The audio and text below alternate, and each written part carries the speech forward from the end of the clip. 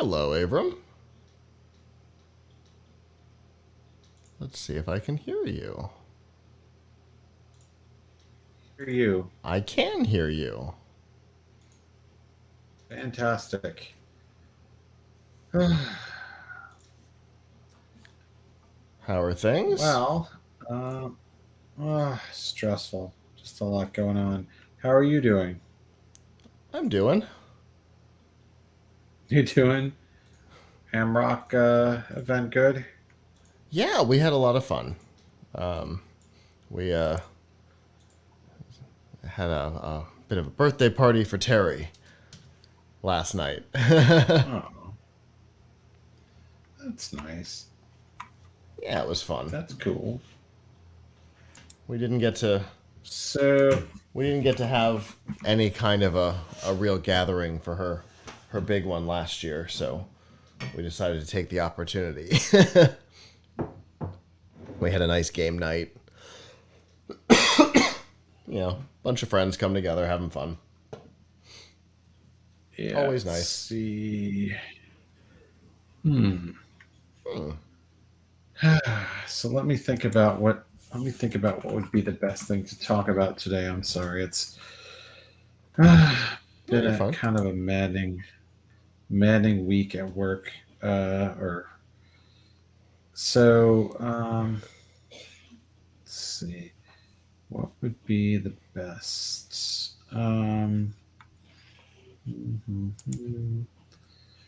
Let's see. Well, This isn't gonna be great. we're like today is Pi Day. It is. Today is Pi Day, and we didn't have our show where we talked about the 10th anniversary of Raspberry Pi. So we could talk about that. That's a great tie Um, together. yes, um, because it is it is Pi Day, and it is also the 10th anniversary of Raspberry Pi. So we could talk about that a little bit for folks who haven't kept up. Also, we can talk about the fact that it has been in a little bit the fact that it's been an extreme shortage um, lately. It's been very hard to get them. Um, Oh yeah. yeah, I had an email today from a store saying that they had them, and lo and behold, I'm looking and they don't have them. They're sold out again. So go figure. Um, but we can talk about where you could get one if you try. If you they are becoming their Raspberry Pis are becoming as difficult to get as graphics cards were a couple months ago. Oh good. Yeah. Oh yeah, they're really hard to get. There is no joke. Yeah, I'm just looking now, just in case, because I got. It looks like every single. Yeah, that is true. Wow, still the case. Still the case. There is one way to get it, which is there's one way to sort of get one, which is to get a Raspberry Pi 400, which is those are plentiful, but that's not you're getting the one with it built into the keyboard, so um, not like Oh. just the board that a lot of people would want. Um, anyway, so yeah, we could. Why don't we talk about that? Okay, that sounds good. Yeah, I'm good with that. So I see all of the other topics. They talk about Excellent. driverless cars. Blizzard kicks off Overwatch 2 PvP. Confusing week for cryptocurrency. And Square Enix launches massive Square Enix music channel on YouTube. Yeah, first. Which, interestingly, is a follow up to a story we didn't do. Hmm. I was kind of curious I mean, maybe it's too charged, but I was curious if you considered doing the Cinema Blend story or if that's not tech enough. You know what I'm Oh, talking about with Cinema Blend?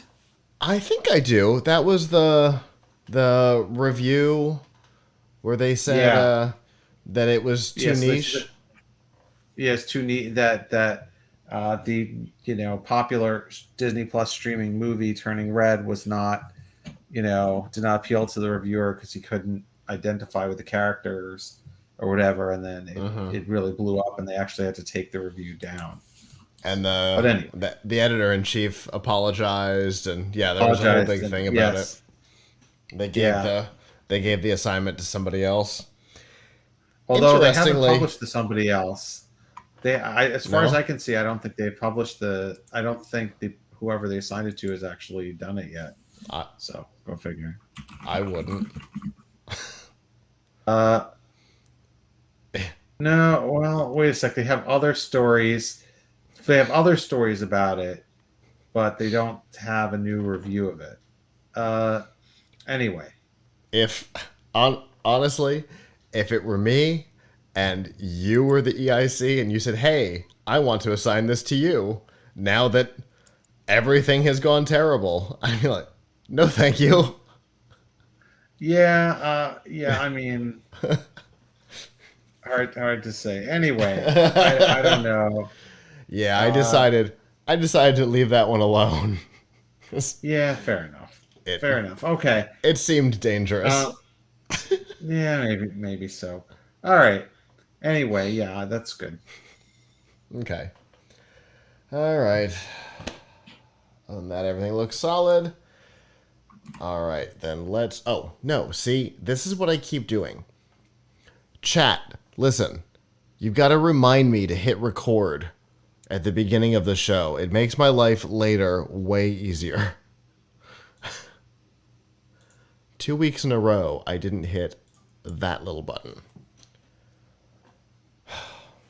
What a difference a one little button makes. All right.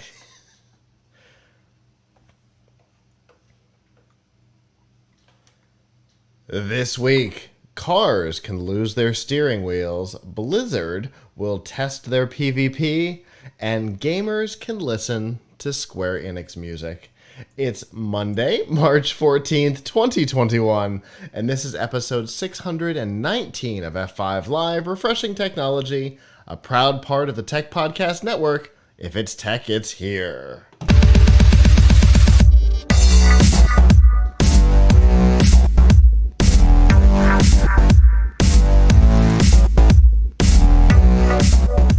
Wherever you are and however you're accessing our show, whether it be on social media like Facebook, Twitter, Instagram, or Snapchat, through a podcatcher like Apple Podcasts, Google Podcasts, Amazon Music, Spotify, TuneIn, or a myriad of other options, through our live stream platforms livestream.com, Twitch, or YouTube, where you can join the community and get ad-free versions of F5 Live and Pilch Point, or on our website, PLUGHITZlive.com. Thank you for making us a part of your day. There are two ways that you can do that. The first is you can join us live normally on Sunday nights at 9 p.m. Eastern by going to f5live.tv/join us. There you can chat with us in the studio, give us your feedback on the topics as we talk about them. If you can't join us live, that's okay. You can always go to plughitslive.com/subscribe, and there you'll see all of our shows, including F5 Live, Pilch Point, Plug Live Presents, and a whole lot more. And of course, you can find all of the ways to watch, listen, and follow along. All right, as I mentioned, it's Monday, which is unusual for us. That's because we had an event over at Amrock last night, which was a ton of fun. But it's good to be back, Avram. Yeah, it's great. It's great to be back. It's really cool to be back talking tech as always. So how has your week been? Not bad. Just planning a lot of new content things that we're going into for the next kind of 6 months on Tom's Hardware. So we have to have all these meetings and talk about what are you going to Sure. do and not do and stuff. So that's so that's some work. But I had nice break this weekend. Got to watch some movies with the kids. Excellent. My son I got to borrow from work an Oculus Quest 2 And so my son is like, but he's the one who's gotten to use it. I haven't used it at all yet. He wanted me to borrow it because he wanted to play Minecraft on it, Of which he course. managed to, do. So in like 3 or 4 different ways. I have to try and write an article about all the ways he did it, but I don't even understand them. But there's like several different editions. Did the Java edition and the Bedrock edition, and then he did it both via wirelessly and wired connection to my PC. And there's some way you can side load a mobile app onto it that will let you do it Side quest. independently. Yes, exactly. So I think it's called, yeah. So all that stuff. So yeah, he a ton of of stuff with it. I personally have not gotten to use it, but I guess I will before I return it. He wants one for his birthday next month. So, have you used the Oculus Quest 2 at all? There is one sitting on my desk out there right now. I've been doing development work on it for the last 3 weeks. And when this project is complete, I never want to look at one again. Why? Oh, Just developing because for the the project Oculus or is because the of it? worst. Oh my Okay, gosh. if you didn't have to program for it and you were just a user. I don't know. I've certainly played around with some stuff. This one came preloaded with, I don't know, 100 something different things on it. And I have tried to care. Alante says in the chat, that's been fun to witness. Speaking of my descent into madness in dealing with this thing. But yeah, I haven't found anything I care about. I haven't really found anything that I've enjoyed on it, although I know that Noel enjoyed something on it. Alante played around with it and didn't seem annoyed by it. But I haven't found anything that I care about. But VR, I think I've always been clear. I've never cared about virtual reality. I was supposed to be on an augmented reality project right now with a HoloLens, and I'm not. I'm doing VR, and it makes me very sad. Yeah. Yeah. Fair enough. I have to see whether it makes me nauseous. I haven't used it. And then the other little side project we have going on here is trying to figure out which clicky switch is the clickiest. Yep. So I bought a bunch, and like this normally I like the Kale Box White, Yep. but which has been my favorite, but there's a special rare one that I just ordered from China called the Box White Owl, which looks Yes. almost identical except it's a gray casing, but it supposedly somewhat lighter click. And then I have another That was bag of that was the one that yeah. what's his name? Alante wanted. Not Avram. That's you. What did you want? That Alante was looking forward to hearing your final take on. Yeah, I have to get a final take, and then I've been using the yellow ones for like a week. Mm-hmm. The yellow ones are the Noble Yellow, Box Noble Yellows are okay. They're like they're a little mushy when you get to the bottom part.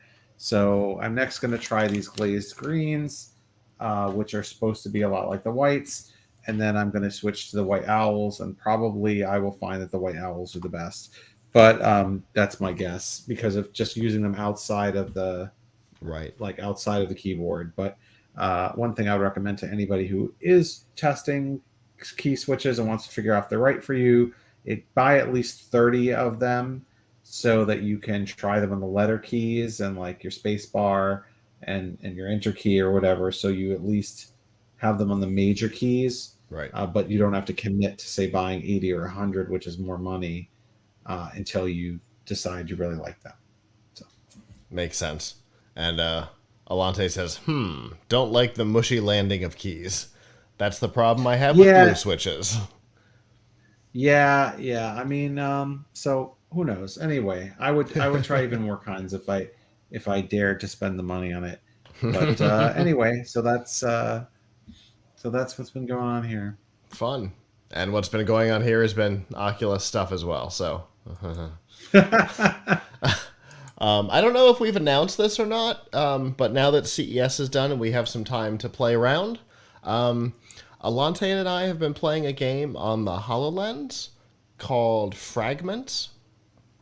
And since it's really easy to cast the video off the HoloLens, we're going to stream that coming up in the next couple of weeks. We're going to stream the game. It should be a ton of fun to stream it. To the best of my knowledge, I have not seen it listed on Twitch. So we may be the first. It is a pretty niche $3,500 piece of equipment, so it makes sense that that there hasn't been a lot of streaming on it. But we're gonna do it because it seems like it'll be fun to do because it's a really cool game.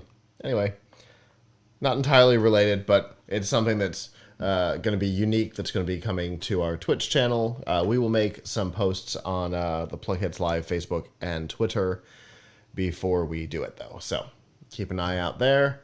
Definitely looking forward to it. But we have got a lot of things to talk about tonight. So let's get down to it.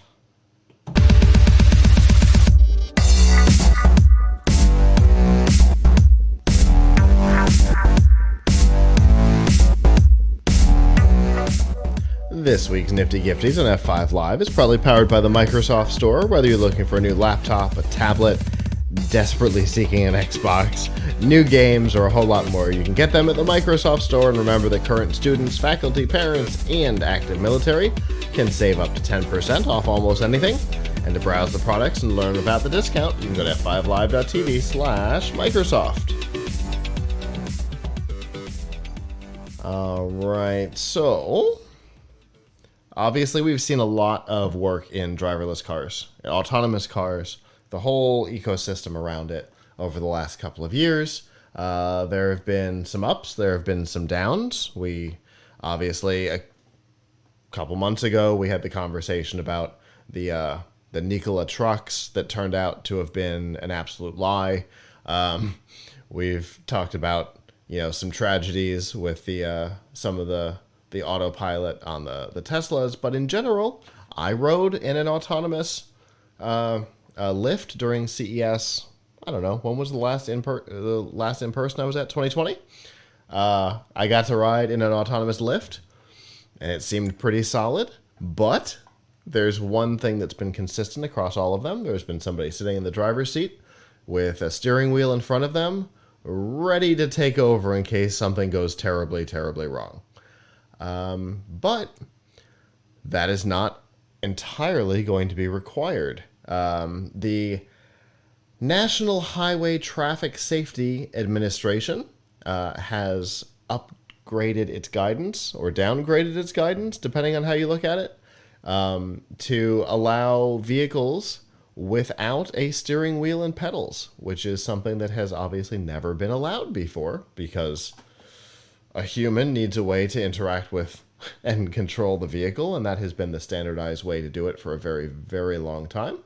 But with level 5 autonomous vehicles on the horizon, the organization feels that it's an okay time to make this change.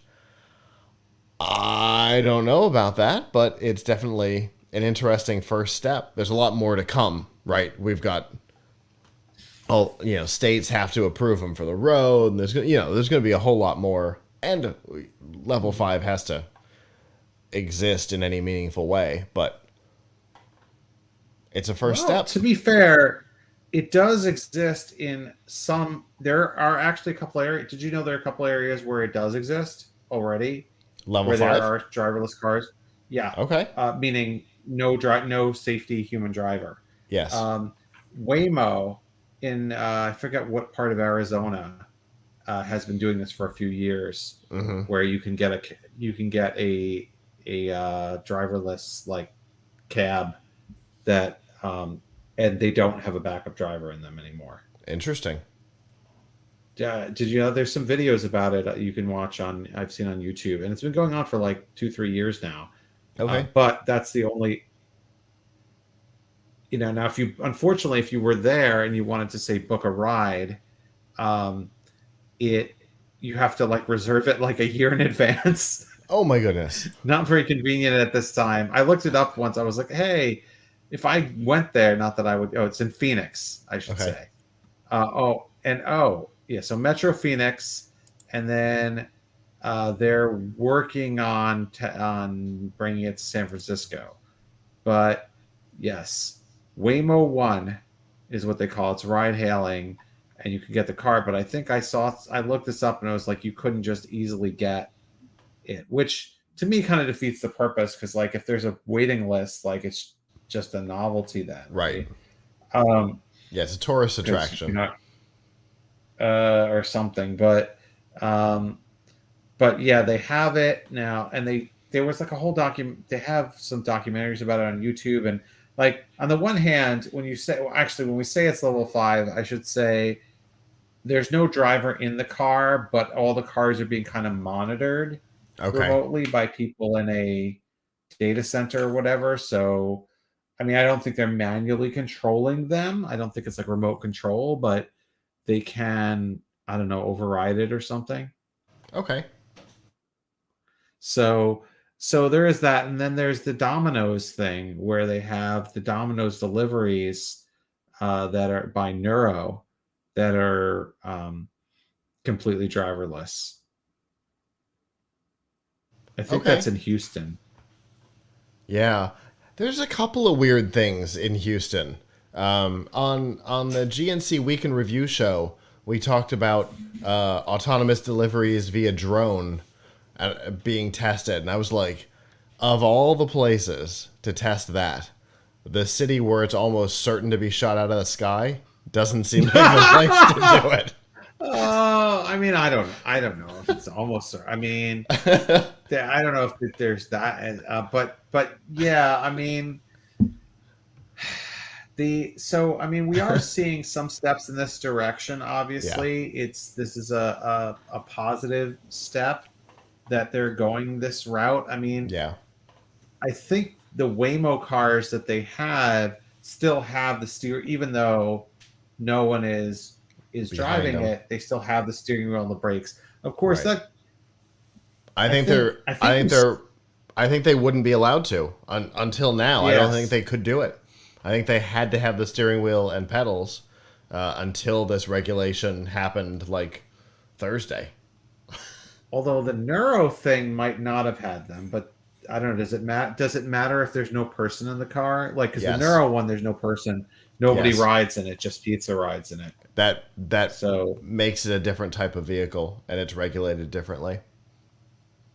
yeah, I mean, I'm a fan of the idea, right? Mm-hmm. Of self driving cars. I know people like to feel in control. I know a lot of people are like, I'll never go in a self driving car. I don't trust it. Um, I don't know. I mean, I there's so much else that goes. The main thing I'm concerned about self driving cars, what a lot of people are concerned about is how are self driving cars going to interact with the horrible human drivers that are on the road that are unpredictable, Yeah. right? Like if Right. every car was a self driving car, I think we'd be in fantastic shape. But you've got crazy people on the road trying to like race and all that stuff. I mean, the thing Yeah. that I named you, the Waymo, does not go on a highway. It's local roads, right? Gotcha. So, I mean, I don't think it goes on any local Well, highways. So, local roads can be dangerous too, in fairness. yes, this is true. But I don't know. I'm just used to. I don't know if people are better drivers in Florida, but like here in New York, we see people every time we're on the highway. We see people like cut 3 lanes over and weave in and out and all that crazy stuff. And I can't imagine what a self-driving car would think about that. I'm sorry. I need to make sure that I heard you right. You just asked if drivers are better in Florida? I didn't think so, but I haven't witnessed a driving there in a while. It's been a while, and No. I have Our witnessed our driving around here, and it's problem pretty terrible. See, our problem here is that we have your drivers trying to drive on the same road as the drivers from California. And who drive differently, and when they start interacting on the road, ooh, chaos ensues. Yes. So I think that's a concern, but Drivers I are I think horrible here from chat. but Indeed. I for one I don't like I don't like to drive. Like I like to go places. I Hmm. like the freedom of having a car, but the actual act of driving is it's work. It's Yeah. like it's work. It's I'd rather be doing something else with that time. Hmm. It's stressful.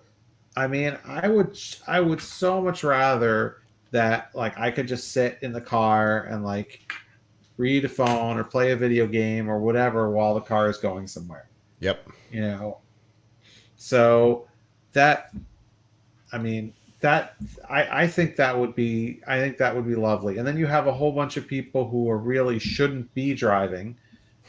Older folks who really can't drive anymore, True. folks who are maybe inebriated. Uh, I mean, one interesting question I have, and I don't think anyone really has an answer right now, is would you trust a self-driving car to take your kids somewhere by themselves?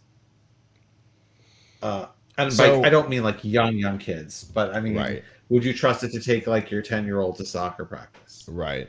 And so one of the topics that came up in our sumo office many years ago was around safety, and the idea that it doesn't necessarily have to be perfect to be acceptable. It just has to be better than people. Yes, but And the minute that someone dies in one, and like that there's some serious accident in one, then people are going to say, "Oh, this is terrible," even mhm, though the comparison it may not be a fair comparison because the amount of it's just like how many people die in plane crashes versus car crashes. right, It's so much more in favor of car crashes, right, but anytime one plane crashes, people say, "Oh man, I'm so afraid to fly." So international news. I think the publicity around, Yeah, I because I think there mean, had to be so look at cautious because of the publicity. look at what happened at CES, right? There was the there was the car a couple years ago that hit somebody out in front of North Hall, under the little overpass there to what is now the West Hall. Mhm. That I mean, that made international news. The person, I don't, if I Right, remember correctly, the person wasn't even seriously injured, and that made international news partially because it happened at CES, and that was, you know, right. sensational and fun for the writers. But I mean, that was everywhere. Yeah. So, I mean, they have to be really careful just because of all this negative publicity Right. and all the potential of negative publicity. It's really hard. Like you can see how negative publicity can kind of sink a whole category. I mean, you could argue, you could well argue that augmented reality glasses were sunk by Google Glass, Yeah. right? I mean, they were sunk by I don't know some people being jerky about it, and a picture of Robert Scoble in the shower wearing it, and all that stuff. Uh, Thanks. I had forgotten about that. Thanks. right, right. They were sunk by that. So Hmm. I can totally understand why they've been super cautious about this, Yeah. and why people Why are why super concerned about it. Microsoft has focused on the business side of things and not the consumer side of things, stuff like that. Yeah, it all makes sense. You mean like shipping? You mean like trucks and things like that? I mean, with the Hololens, they haven't focused on trying to Oh make a yes, I'm sorry. consumer I was version of talking it. about cars. But we were talking about I was like talking about augmented cars reality. again. Yeah, Okay, I thought, yeah, but like with yeah, augmented reality, we were talking about it with yeah, AR. yeah, Microsoft has could make a consumer version of it, but they haven't because they don't want they don't want a nickname like Google Glass got. yeah, yeah. I mean, I feel like there's ways around that, but yeah, Yeah. it's hard to say. But yeah, I mean, you don't want to be the company behind the self driving car that that gets in a crash and kills someone or runs Right. somebody over, or anything like that. On the other hand, like I really hope we'll get to a point where people will say like, hey, this is infinitely safer than people driving cars. But I don't know when that point will Right. be, because we still haven't seen them on the highway in, seriously difficult traffic conditions. And I think another interesting question is, what will this do to car ownership? Like, every instance Right. I've seen of this is people using it for ride hailing services.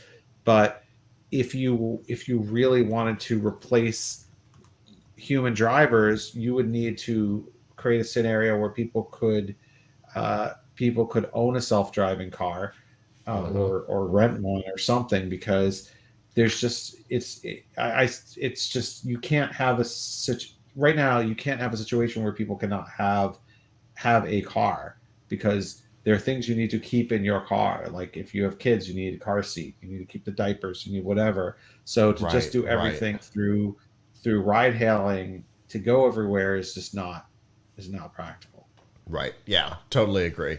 It's definitely going to be uh, interesting, right? Now that the federal government thinks that we're at a point where this is acceptable to consider, and to put the first step of this at the federal level, now to move it to the states. Now the states have to also individually, accept this guidance, and make it okay for them to be on the streets. But it's step one, which means that at some point we will get to see these things. So obviously, what kind Yeah. of timeline are we looking for? I don't know, but but yeah, it's step one, and we'll see how long it takes.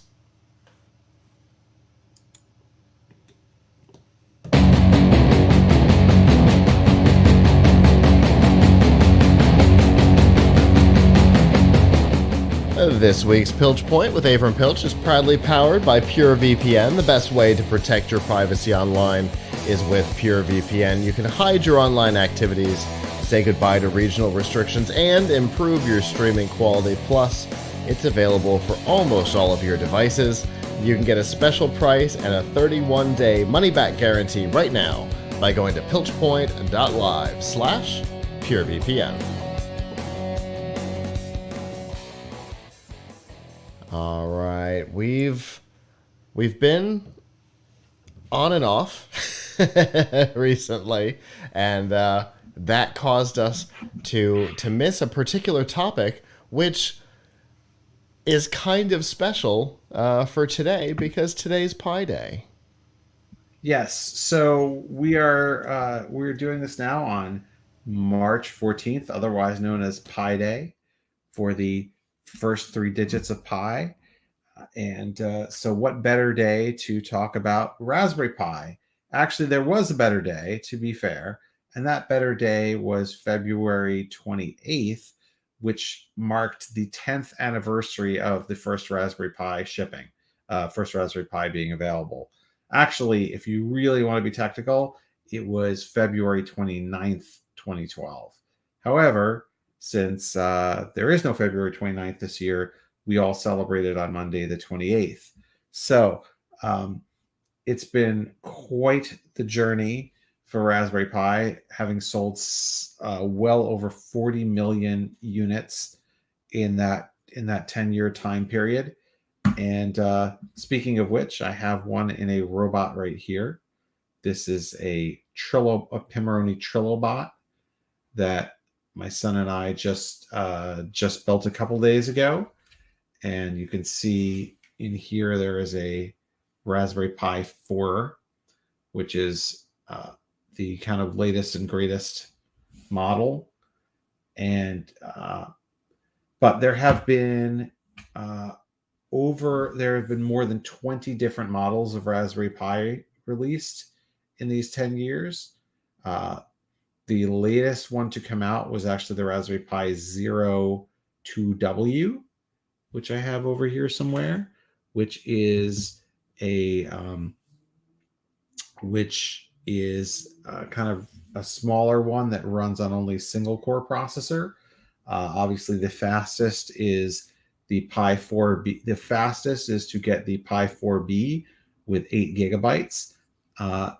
But just a quick note, Raspberry Pi is also subject to some shortages right now. It is very difficult to find a new Raspberry Pi in stock.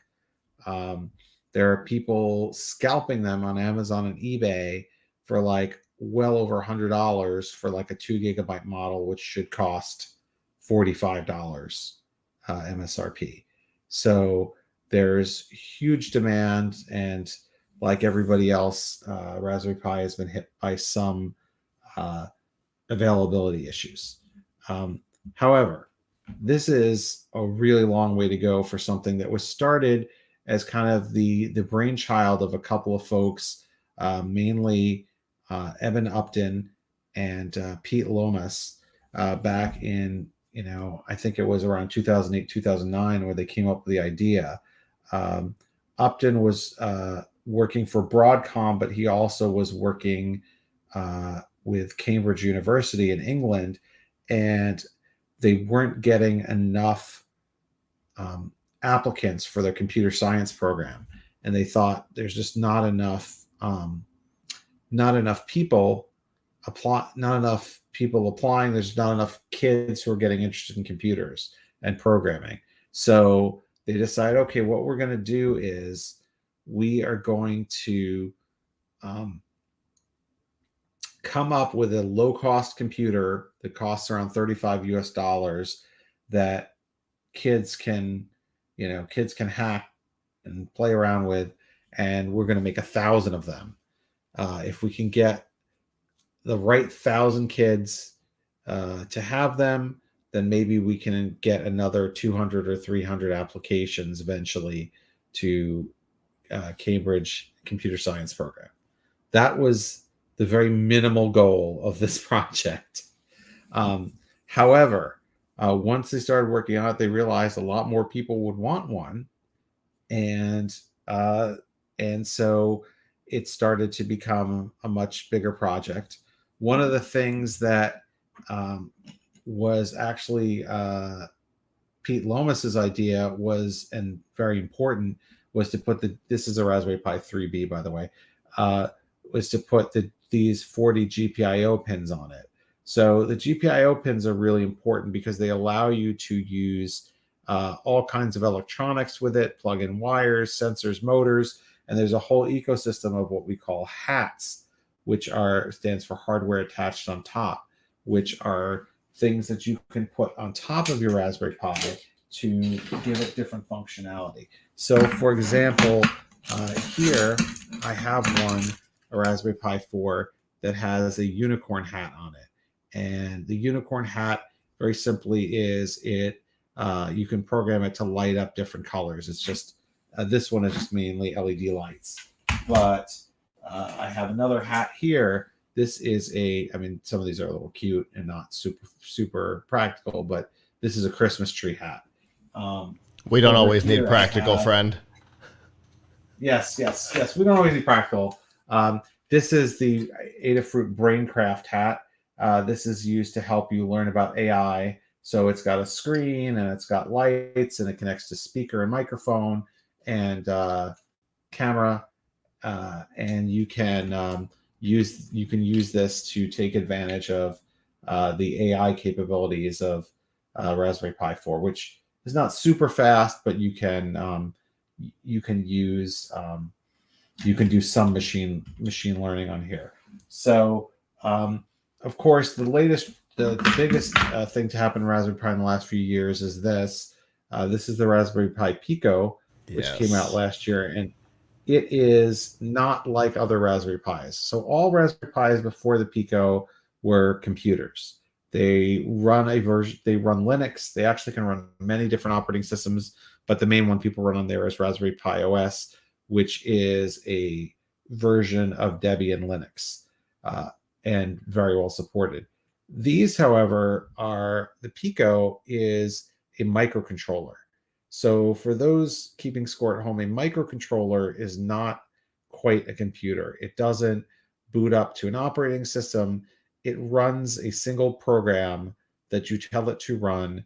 And generally speaking, it is really good for simple electronics projects where you don't want the heavy overhead of waiting for something to boot up and having to program it through the operating system. Let's say you just want it to like, hey, I just want it to light up lights, or I just want it to move a motor, or respond to, or I want to build a keyboard with this, which folks are doing now, and I want this to handle the input from the keys and pass it along to the computer. So you can program this in C, you can program it in MicroPython or CircuitPython, but it is a microcontroller. So these are really cheap. These are $4, and you can do a lot with them. And folks have actually taken the CPU from this, the RP2040, and put it into other devices like this thing over here, which is a macro pad. So which is run by an RP2040 chip inside. So obviously 10 years, a lot has happened in Raspberry Pi world. Some other quick Raspberry Pi facts are that there are multiple Raspberry Pis on the International Space Station. There were two first generation Astro Pis, which were the old, single core processor Raspberry Pis. But this past year they upgraded it to new Astro Pis that are based on the Raspberry Pi 4 and have a high res camera, and children in Europe can actually compete to have their programs run on these Raspberry Pis on the space station. So that's pretty cool. So there's a lot to find out, at a lot of projects you can do. So I really encourage folks to check out tomshardware.com, where we have a lot of getting started articles. Now, if you want a Raspberry Pi today, it is hard to get your hands on one, but there are a couple of ways. One, you could get this. This is a Raspberry Pi 400. So it's a keyboard with a Raspberry Pi 4 built into it. And you can see that the GPIOs and all the ports are on the back. So these are readily available, and they're $70, and they have the 4 gigabyte Raspberry Pi in it. So the 4 gigabyte Raspberry Pi alone is $55. So it's really only $15 more to get it in here. The main thing is this isn't great. You can get an adapter or a cable or whatever, but it's not great for putting hats on, because you can't take the Pi out of it. So it's, you're going to have to plug things in over here, which is not quite the same orientation as having a little board, like the other ones I showed you that are stuck with wires, like this. But this is readily available. Also, there are kits available on Amazon and elsewhere that come with some of the components that you'll need to really make the most of your Raspberry Pi, like a power adapter, a case, maybe some electronics, and that come with the Pi, and those are readily available and not quite as badly marked up as buying the board by itself. So that's my advice for getting started. There's a lot of great things that you can do as an adult or with your kids. You can set up Raspberry Pi as a web server. You can use it to build robots. You can use it for video conferencing. You can use it as a standalone computer, although not the world's most powerful one, but you can. So anyway, and of course we cover new projects involving Raspberry Pi every single day on tomshardware.com, and we have a Raspberry Pi projects, the best Raspberry Pi projects of the month, that we cover there as well. Yeah, I'm not gonna lie, I love that part. I also love the podcast. Yeah, so also every Tuesday at 2:30 p.m. Eastern, I do a show called the PiCast, which is all about the Raspberry Pi. He definitely likes it. If you hadn't figured that out already. Yeah. Not at all. Well, it's cool that it worked out that we got to talk about this tonight. Obviously, the Raspberry Pi kind of changed things, right? Yes. In the maker community, Raspberry Pi changed things, like you said, in a way that they weren't prepared for. It was not their intention to change the industry, but it's Yeah. I mean, definitely what happened. there are other single board computers out there, but the real strength of this is the community. There's Hmm. like millions and millions and millions of people, and there's big industry who uses it and stuff like that. So there's just been a lot of programming for it, tutorials for it, accessories for it. So even though there are a lot of imitators out there, like the Banana Pi, right? Um, they don't run all the same software. They're not compatible with all the hardware. They don't have the community behind them. And so even if they might have a slightly more powerful CPU on them, or more ports, or something like that, it's just not as good because you don't have the ecosystem and the community behind them. Right. Yeah. Well, I know there's a lot of interesting stuff out there happening all the time. We saw uh, a little while ago the whole house LED holiday light display that was insane. Um, so there's all kinds of interesting stuff that you can do, and I always love uh, seeing what people are doing with your top projects. So I Yeah. I appreciate that, and I always appreciate getting to talk about interesting stuff. And I look forward to what we talk about next time.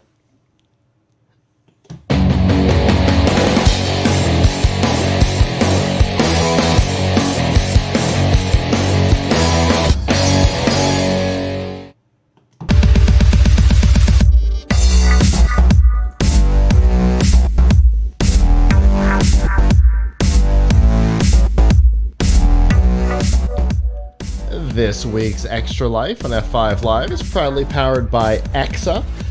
EXA brings the latest technology to gamers, offering the most immersive products for the ultimate gaming experience. They've compiled the best elements of cutting-edge ENC tech, the latest in Bluetooth 5.0 and 7.1 surround sound, plus extra features like dual mics and low latency into their headsets so everyone can enjoy a sensational gaming experience. And they've got headsets for Xbox, PlayStation, Switch, and PC. Plus, they won't break the bank. Learn more about the headsets that are available and any current promotions that are going on by going to f5live.tv/exa. I have to say real quick, if you've watched the last couple of weeks, you'll notice the company name is now spelled right above Avram's head. I fixed that while Avram was talking in the last segment. In a bit of a panic move. Anyway, so we've talked about Blizzard recently. They've been in a bit of chaos. The purchase by Microsoft may or may not go through based on regulators. But they've got a lot of stuff in the pipeline. We know Diablo 4 is in the works. But it's all about Overwatch 2 right now. The company decided to do the same thing that Microsoft did with Halo Infinite and split the PvP out from the single-player campaign so that they could bring the PvP to market faster. When it comes to Overwatch, honestly, for most people, it's about the multiplayer anyway. So it does make sense. The timeline was definitely screwed up on this because of lockdowns and all the development delays that went along with the chaos happening over at Blizzard HQ.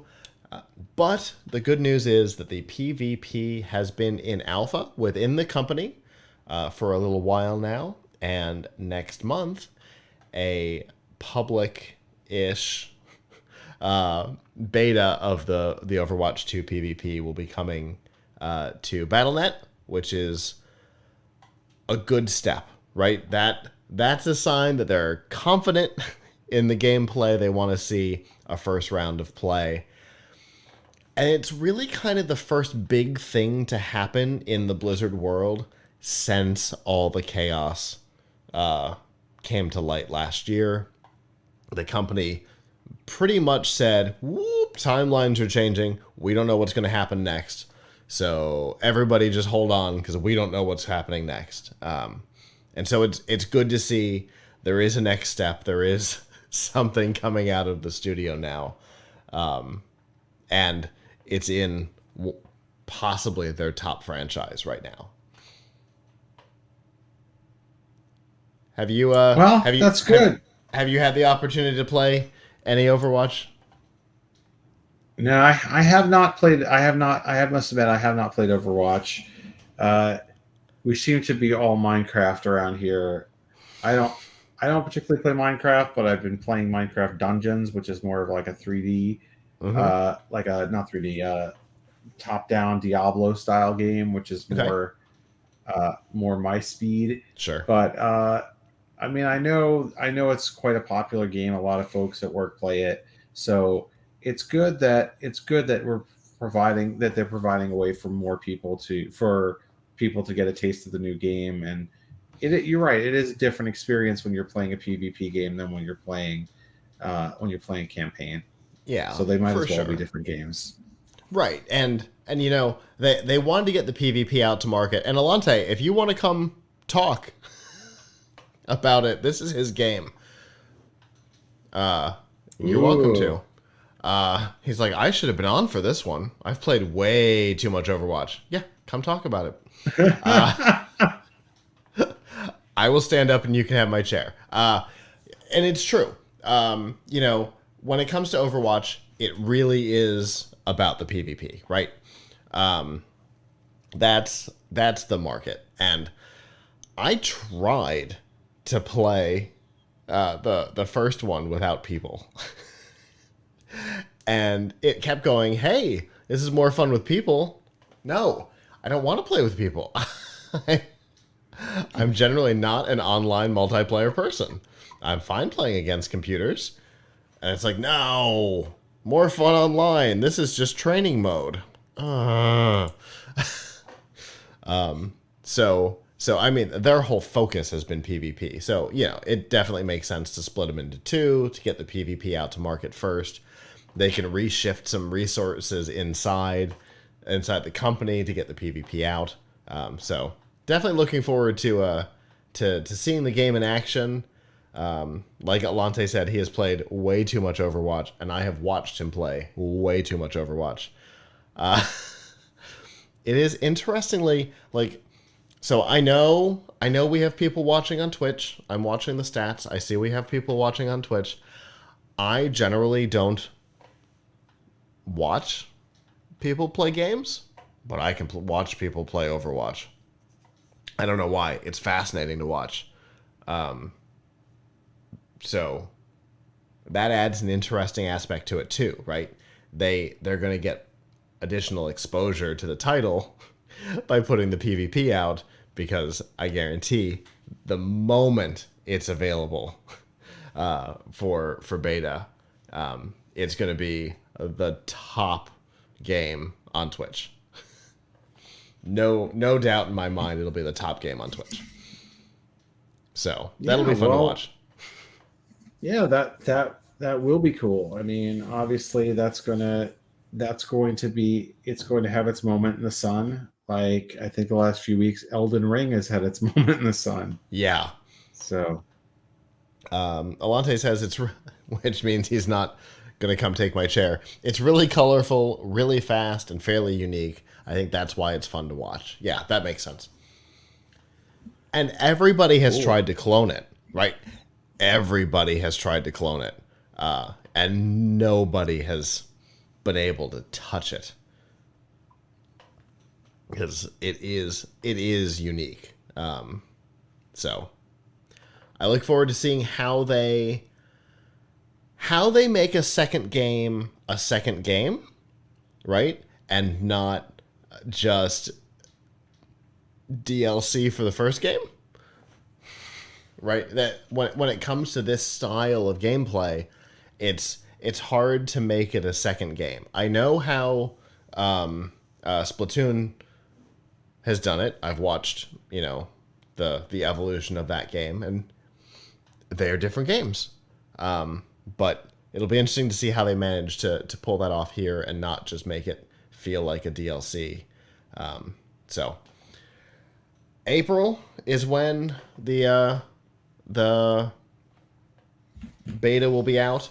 If you want to participate, you've got to go to your BattleNet and sign in. Go over to the Overwatch page and apply for the beta. Not everybody is going to be accepted, so definitely go get in there now would be my recommendation. I don't know if it's going to be done by lottery, but being at the top of the list is almost never a problem for these types of things. Alante says they're changing the format from 6v6 to 5v5, which I definitely read a lot about. They talked about that they specifically wanted to unclutter the battlefield, I think was the specific quote from somebody at Blizzard. That's going to change the gameplay a lot. So that'll be interesting. I'm looking forward to the beta. I will definitely be watching it when it comes out from a couple of our favorite streamers. So we will keep you updated on what's going on. But again, remember, go sign into your BattleNet if you want to participate.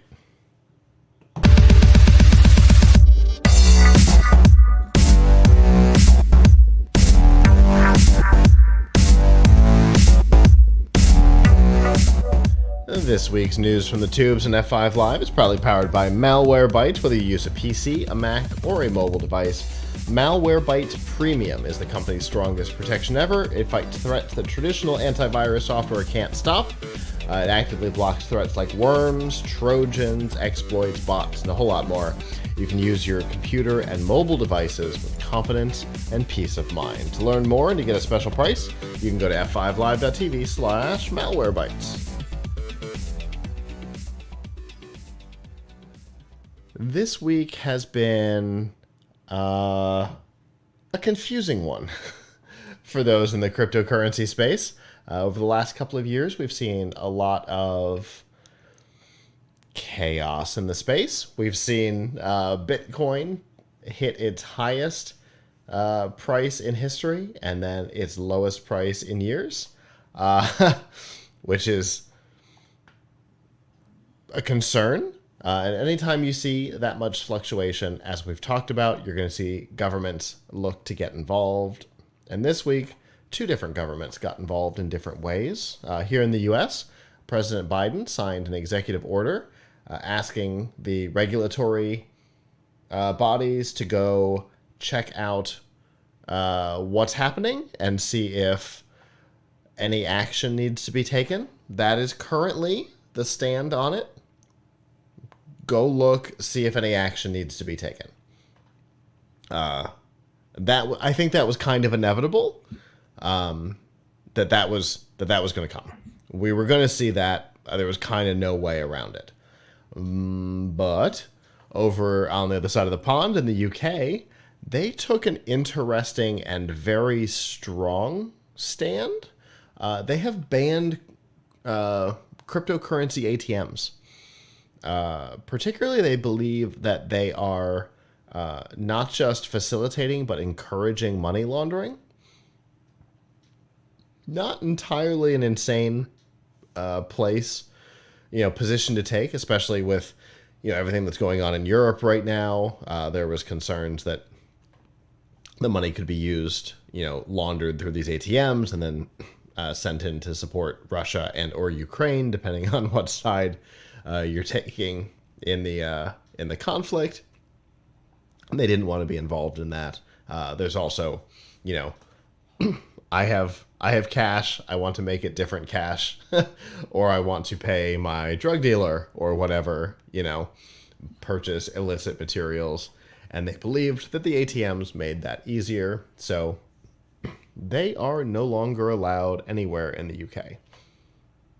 An interesting move. Not necessarily one that I suspect we will see here following this investigation from this executive order, though. What do you think, Abram? So I think there's a lot going on here. Obviously, I think governments are of kind of a split mind as the public is. For once, China banned crypto, I think last year. Was it last year or the year before that China Yeah. banned it? Some last year, I think. So, yeah. So actually, Except given except the their own, right? Except Chia. well, I don't know about that, but nobody cares about Chia anymore anyway. Chia is not owned by the Chinese government. Um, But it was but significantly more popular there, I think, is what it was. I think Something. so, but it's reached a point of saturation now where Chia is worthless, I think. Yeah, Um, 2021. but but especially given the kind of the oil and gas energy issues right now, crypto is a serious drain on the global energy supply. So Bitcoin alone uses more electricity than the country of the Netherlands, right? An And that's not interesting statistic. counting, yes, and that's not counting, of course, Ethereum or Dogecoin or any of the others. So all told, uh, the the amount of electricity used, the carbon footprint, all of that stuff is a disaster for the environment and a disaster for the cost and responsible use of energy. So I think governments are kind of warming up to that problem. At the same time, it's a problem that may get a little bit better as we move from proof of work to Mm-hmm. proof of stake. So we may see, as I think I talked about when talking about the video card situation a few weeks ago, that we may see as Ethereum moves to proof of stake. um, well, that will at least help with Ethereum and with video cards, because Ethereum is the main coin that's mined on PCs, whereas Bitcoin Right. is mined on dedicated systems called ASICs. Uh, but whatever the case, you're still having a lot of electricity used. Obviously, uh, can be used very effectively by criminals. There's also the fact that crypto is actually some of the most valuable currency right now in Russia. So where other governments are trying to kind of shut Russia out of the global economy, they they are still, I think, the crypto exchanges are still going in Russia, at least that's I heard. So Yeah. the They've taken pretty solid stands on that point too. Until some government puts too much pressure on them, they will remain. Yeah, also, it's hard for me to see the Russian government putting pressure on them to leave, uh, unless they see that as a way for people are taking money out of the country. I don't know. Then that would be a problem. But it's so you can see, on the other hand, it's very popular. A lot of people are using it. I saw a commercial yesterday for turning your retirement fund into an investment in crypto, and Fascinating. like you could like defer tax payment on it like you do with your IRA Hmm. or your 401k or whatever. So it's so clearly there's a strong future for crypto, but there's also lots of reasons for governments to be skeptical. Mm-hmm. So I don't know what this move means. I mean, I think what it means is the government is going to try to figure out something. There may be some kind of regulation that they want to put in place. And it might be a positive regulation because there's certainly a lot of people who are losing their shirt on investing in crypto. Yeah. And there's probably a lot of services that are really ripping people off because of the excitement about crypto. So, you know, it probably makes sense. But on the other hand, the whole point of cryptocurrency is that it is stateless currency that is Mm-hmm. not tied to particular backed by a particular government, which is why people like it. The other crypto thing that I just want to say that I saw recently, which really showed me that crypto is starting to go more mainstream, is that on New Egg, there's a lot of things now where you can pay for them with crypto, which, I don't think there are that many stores. That is new, I think, and there's not been that many stores that will accept crypto as a payment method. There was a push on it a couple of years ago. The Microsoft Store had the ability to pay in Bitcoin there, but none of them lasted more than like 6 weeks, and then boom, they were gone. Unceremoniously pulled from everywhere all at once. I don't know what it was about. I don't pretend to have any idea what happened there. But yeah, now we're starting to see it come in like officially. You know what I mean? Because all that seemed like an experiment that went horribly wrong and was abandoned quickly. And then, but now it seems like the stores are bringing it out. I think PayPal has Bitcoin and maybe Ethereum built into payments, into their payment systems now. It's definitely hitting the mainstream. Yeah. So, I mean, so it's hitting the mainstream, but governments are understandably wary of it for a lot of reasons. Partially because it's hitting the mainstream, right? Yes, when it was fringe and a very small percentage of people were involved in it, they could kind of pretend that it didn't exist. But now we've got kind of, there was some survey I heard, 80% of people were at least aware of what the term meant in some accurate way, and like 53% of people had invested in it in one way, shape, or form, likely through something like Robinhood, where you don't quite own it, but that's a whole different thing. And then we did that whole dating safety and security topic a couple months ago, and that was taking advantage of cryptocurrency. So that when scams start to show up, that's a good indication that something has become mainstream. So yeah. I think all of that is probably the reason why we are where we are now, where we're seeing the government start to get involved and try and figure out where they fit into the puzzle. It's interesting, the UK required a couple of years ago that all transactions be logged and reported to whatever their IRS is called, and we followed suit. Robinhood and CoinDesk.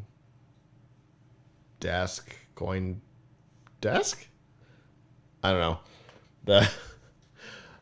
See, now this is gonna bother me.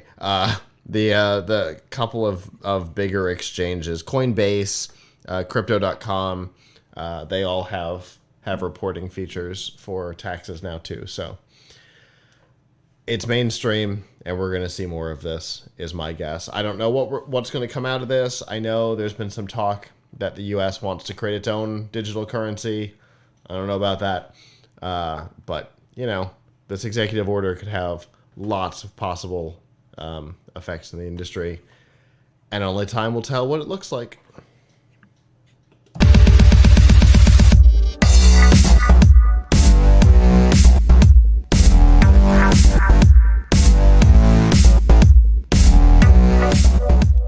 This week's DRM Not Included on F5 Live is proudly powered by Amazon Prime.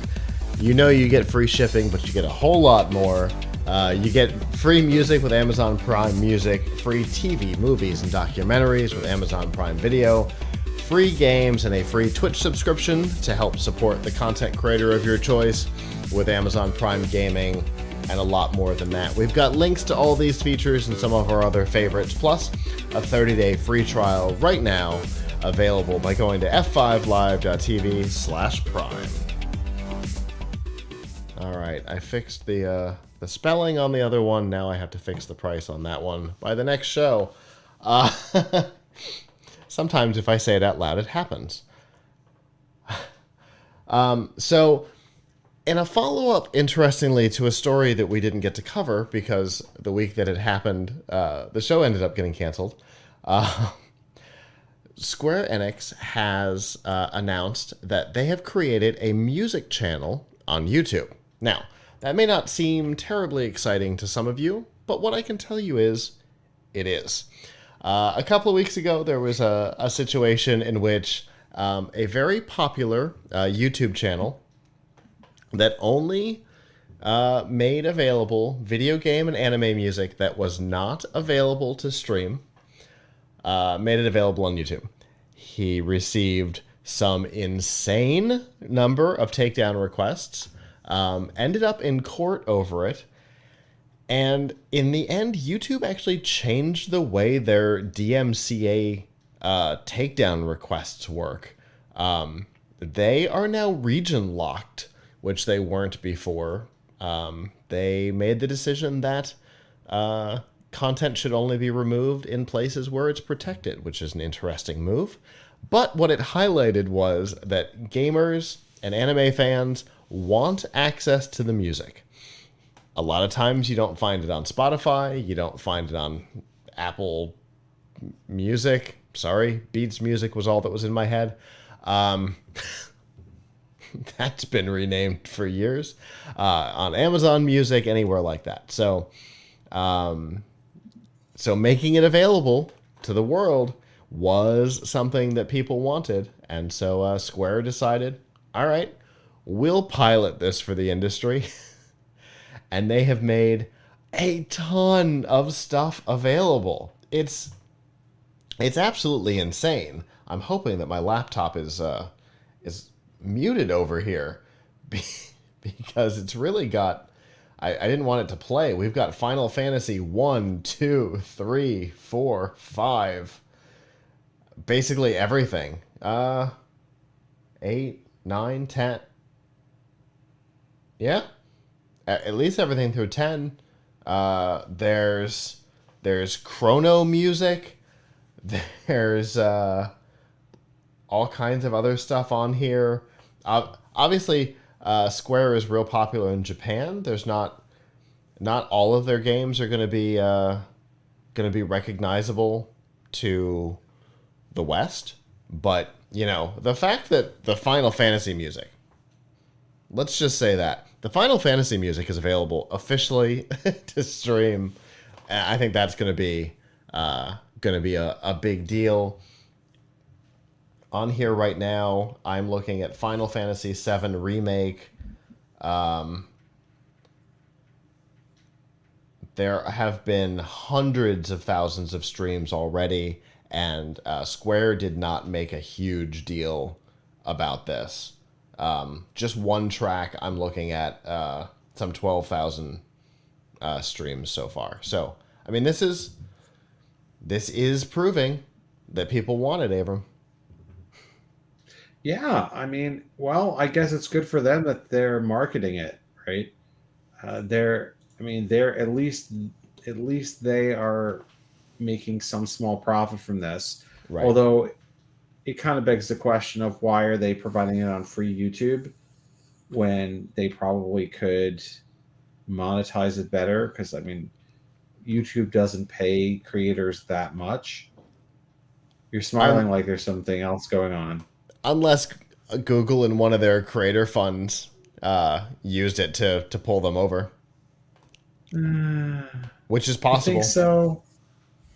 It's possible. If you look at the idea that you know, this guy's YouTube channel got shut down, well, a lot of content got pulled specifically for streaming Square stuff. Square was one of the people that went after him. There's already an established presence for listening to this music on YouTube. So, for YouTube to say, hey, can we keep this here? There might be some value in it to them. I mean, so far they have, according to YouTube, they have 4 videos, only 4 videos up, unless there's 2 different channels here. But what's listed as the Square Enix music channel, 69,000 subscribers, has four has 4 videos, and one of them's just the intro video from 5 days ago, and the highest. Scroll down to the playlists. Okay. Mellow Minstrel Mix. I see. Okay. So I mean, it's hard to say. They have 69,000 subscribers. It's hard for me to imagine them making a lot of money off of this, off of the views from this. Perhaps.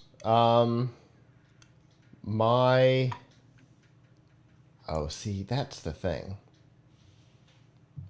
If we go over to this channel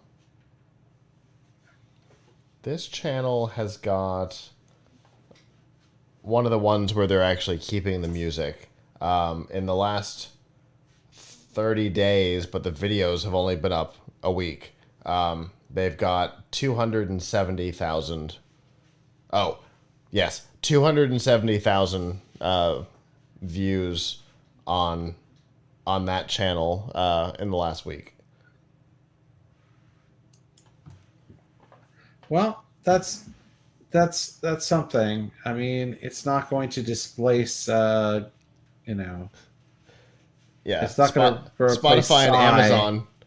Yeah, Spotify and Amazon aren't going to be afraid, but Yes.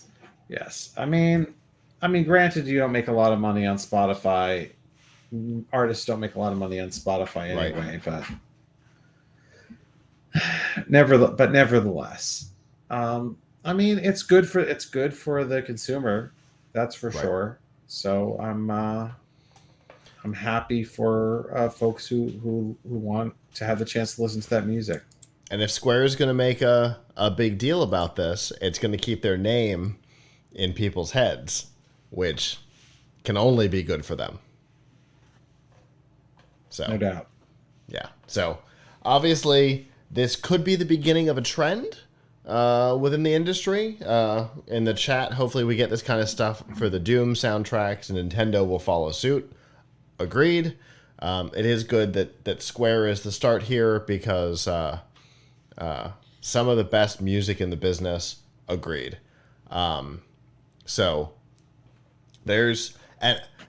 So this particular channel that we've linked to in the article is like the conglomerate. Content is coming from multiple sources. They're pulling content into playlists from some other official sources, like the composers of some stuff. So it's a nice like middle ground for all the content. And like Alante says, hopefully we'll see this from some of the other game studios next, particularly Nintendo. You hear us, Nintendo? We want your music. Make it available, please. Well, that is our show. Thank you to those of you who joined us live. We're chatting in the chat room tonight. We had some great engagement over there. If you didn't join us live and would like to in the future, normally Sunday nights at 9 p.m. Eastern, you can go to f5live.tv/join us. You can join us over on Twitch and YouTube and chat with us in the studio. Give us your feedback on the topics as we talk about them. We've been including some of the chat all night tonight. And that is our norm. So come be part of the conversation. You might make it in the show. If you can't join us live, that's okay. PLUGHITZlive.com/subscribe. There you'll see all of our shows. F5 Live, Pilch Point, PLUGHITZ Live Presents, and a whole lot more. And you'll see all the ways that you can watch, listen, and follow along. And of course, with that, on behalf of the staff that's not here, I'm Scott. I'm Avram. And we'll see you back next time. Ciao.